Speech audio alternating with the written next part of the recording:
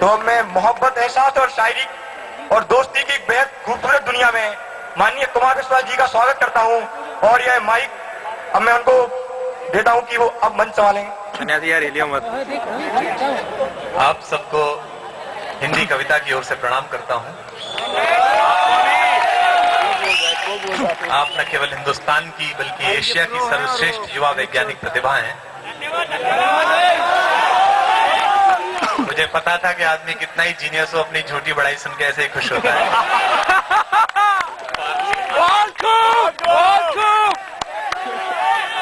बहुत अच्छे। एक तो दो एक व्यवस्था है। एक तो भैया इसको एक तरफ फिक्स कर दो। मैं ऐसा कोई काम नहीं करूंगा जिसमें इसका कुछ प्रयोग हो। आज आपके इस परिसर के निदेशक महोदय, प्रोफेसर्स जो यहाँ पर हैं और जो लोग इधर उधर भटक गए हैं, आप लोग भी कहीं बैठ जाइए। ईश्वर ने खड़े होने के लिए पैर दिया तो टिकाने के लिए भी कुछ दिया है।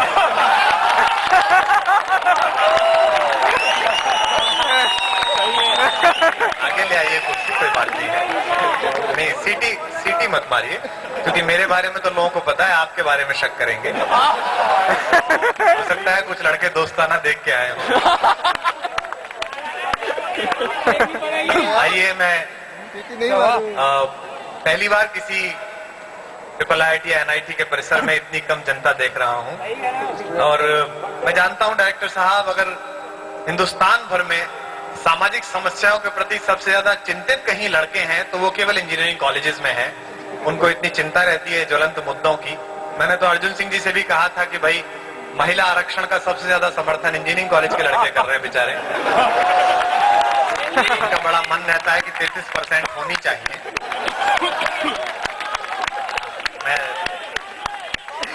कई तो 50 वाले हैं। पता नहीं वो परसेंट कह रहे हैं कि अपने लिए 50 कह रहे हैं, क्योंकि लड़के बहुत चाहते हैं कि 33% महिला आरक्षण हो। एक तो 33% आती नहीं है।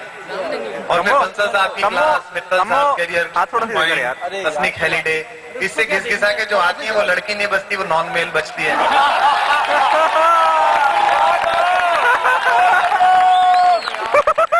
बेचारे बच्चे काफी कष्ट में हैं। मैं आपकी पीड़ाएं समझता हूँ, चिंता मत करिएगा। बहुत बड़ी महफिल है, लाखों लोग हैं, क्योंकि 1.25 लाख के बराबर तो एक सरदार बैठा हुआ है, एक सिंह का बैठा। जब भी मेरे शो में कोई सरदार आ जाता है तो मुझे लगता है प्राइम मिनिस्टर ऑफिस से भी कोई आया है। बड़े समझदार और शालीन हमारे सरदार जी मित्र हैं। मुस्कुराने से पहले भी किसी महिला की ओर देख लेते हैं। दिल्ली से लेकर ग्वालियर तक बिना मैडम की इच्छा के कोई सरदार नहीं मुस्कुरा। दो बातें आपसे सुनने में शुरू में सुन लीजिएगा, फिर मैं आपको कुछ चीजें सुना देता हूं जिसके लिए आप मुझे बुलाते हैं। कुछ नई कविताएं मेरा सुनाने का मन है, कुछ आपसे जोड़ने का मन है। एक तो हमें इसलिए ध्यान से सुनिएगा क्योंकि ऐसा कुछ नहीं है कि पोइट्री में या कविता के क्षेत्र में हमने एक ब्रांड डेवलप कर लिया। इसलिए सुनिएगा कि वर्षों पहले, शताब्दियों पहले मेरे एक पूर्वज को आपके पूर्वज ने गंभीरता से सुन लिया होता और अमल कर ली होती तो आज विश्व की सारी तकनीकी प्रगति हमारे घर में होती। न जाने हमारी किस कल्पना को आपकी वैज्ञानिक चेतना के पंख मिल जाएं। हजारों साल पहले इसी मध्य प्रदेश के सरगुजा पर्वत पर बैठे हुए कालिदास ने जब अपने श्लोक में कहा कि यक्ष अपनी प्रेमिका को बादल पर अपना चित्र बनाकर भेजता है, तो विज्ञान के आपके पूर्वज हंस पड़े कि ये मूर्ख कवि है। कहीं कल्पना में होता है ऐसा, जीवन में कहां होता है कि बादल के सहारे चित्र भेजो और दूसरा उसको रिसीव कर ले।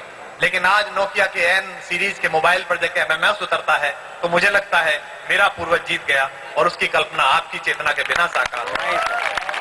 तो इसलिए न जाने हमारी किस चेतना को, हमारी किस कल्पना को आपकी ऊर्जा के पंख मिल जाएंगे तो हम वहां पहुंच जाएंगे जहां के लिए हम बने हैं। और एक बात और भी सुन लीजिएगा, एक खराब दौर में हम लोग इस समारोह को जी रहे हैं। भारत बड़ी चुनौतियों में है, आप भी बड़ी चुनौतियों में है। रिसेशन आ गया है, प्लेसमेंट ठीक नहीं हो रहा, पैकेज कम हो गया। अच्छा, कई लड़के कह रहे हैं मुझे तो मिला ही नहीं है। मेरे स्टाफ में 2-4 जगह खाली है, तो अगर कुछ लोग साथ चलना चाहेंगे तो मैं आगरे छोड़ता चला जाऊंगा। लेकिन आप ध्यान रखिएगा, ये बहुत छोटा वक्त है, ये चला जाएगा। हम उस मुल्क में जिंदा हैं। मैं ट्यूबलर में विस्फोट होने के बाद लंदन गया था 2 महीने बाद प्रोग्राम के लिए। 4 धमाके हुए थे लंदन में, 5 आदमी मरे थे। 2 महीने बाद भी ट्यूबलर में महिलाएं अपने बच्चों और अपने कुत्तों को ऐसे चिपटाए हुए घूम रही थी कि इन्हें कोई आतंकवादी छीन न ले जाए। ये वो देश है जिसने दुनिया के 2/3 हिस्से पर 300 साल राज किया है। एक हिंदुस्तान है जहां सुबह धमाके होते हैं और शाम को मुंबई की पटरी पर जिंदगी उसी तरह दौड़ती है, क्योंकि ये अंधेरा स्थायी नहीं है, हमारी चेतना स्थायी है। हमारी उर्दू शायरी के बड़े शायर वसीम बरेलवी ने कहा कि हादसों की जद में है तो क्या मुस्कुराना छोड़ दें। आप सबकी युवा पीढ़ी की चेतना मुझे अगली पंक्ति पर खड़े होकर तालियों में मिले आपके हाथों के ऊपर उठे हुए हाथ दिखाई दें, ताकि मैं चेतना से सुना पाऊं कि हादसों की जद में है तो क्या मुस्कुराना छोड़ दें, और जलजलों के खौफ से क्या घर बनाना छोड़ दें। जलजलों के खौफ से ये हिंदुस्तान है जो बरसों जिंदा रहता है, जो बरसों आगे जाता है। आप मुझे सुनते समय बिल्कुल दिल से सुनिएगा, बुद्धि इस्तेमाल करने की बिल्कुल कोशिश मत करिएगा, क्योंकि लिखते समय जब मैंने नहीं लगाई तो सुनते समय आप क्यों लगाना चाहते हैं। आओ बैठो, सुनो सही दिशा से।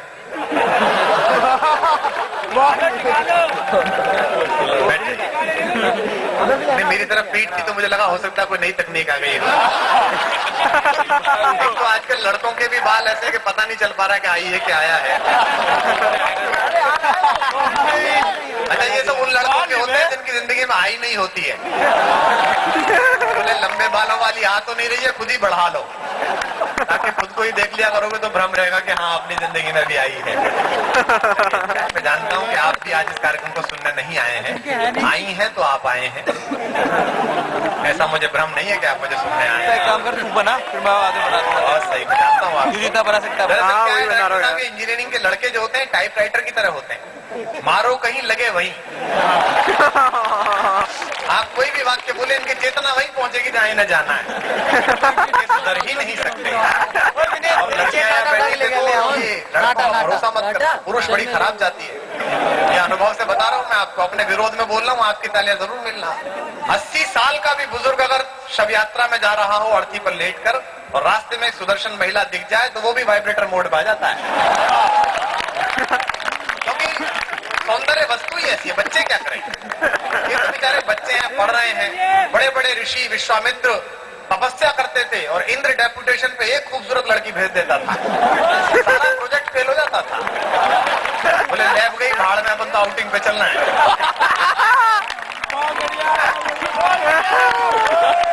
बेचारे बच्चे क्या करें, सौंदर्य चीज ही ऐसी है साहब। आप देख लो, आधा घंटे योग सीखने गई थी मल्लिका शेरावत, बाबा की एक आंख पूरी आज तक नहीं खुल रही। सारा योग लगा हुआ है वहां, सौंदर्य चीज ही ऐसी, बच्चे क्या कर सकते हैं। मैं आपको कुछ एक पंक्तियां सुनाता हूँ। ये वीडियो वाले भैया बैठ जाओ, इसको थोड़ी देर में बंद कर लेना है ना। एक इस पे ढक्कन मिला होगा ना साथ में, वो इसी पे लगाने का था।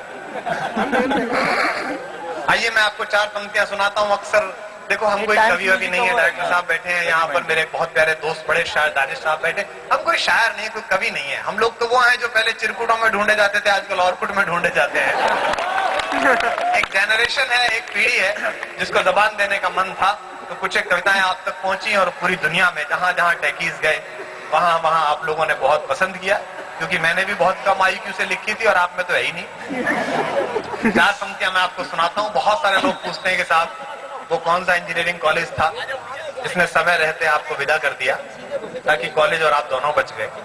मैं उस जगह का नाम लेता हूँ, 4 पंक्तियां पढ़ता हूँ। आप पहली बार आपके बीच आया हूँ, इसलिए कुछ लोगों ने सुना होगा, कुछ ने नहीं सुना होगा। मैं सामान के चलता हूँ, सब नए श्रोता हैं, उसी तरह के दाद दीजिएगा। जो इधर लड़के बैठे खड़े हुए हैं, बैठ जाओ तुम यार, तुम भी आगे बैठ जाओ। यहाँ देखो बीच में जगह है, वहां बैठ जाओ। अच्छा नहीं, बीच में बैठ जाएंगे, बीच के ना हो तो। बैठने में क्या दिक्कत है?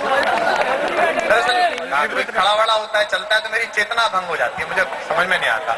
मैं इधर देखूं अचानक कोई खड़ा हो जाए तो मुझे ऐसा लगता है अभी बीजारोपण करा, अभी वृक्षारोपण हो गया। पूरी चेतना थोड़ी भंग हो जाती है। सुनेगा, निवेदन करता हूँ।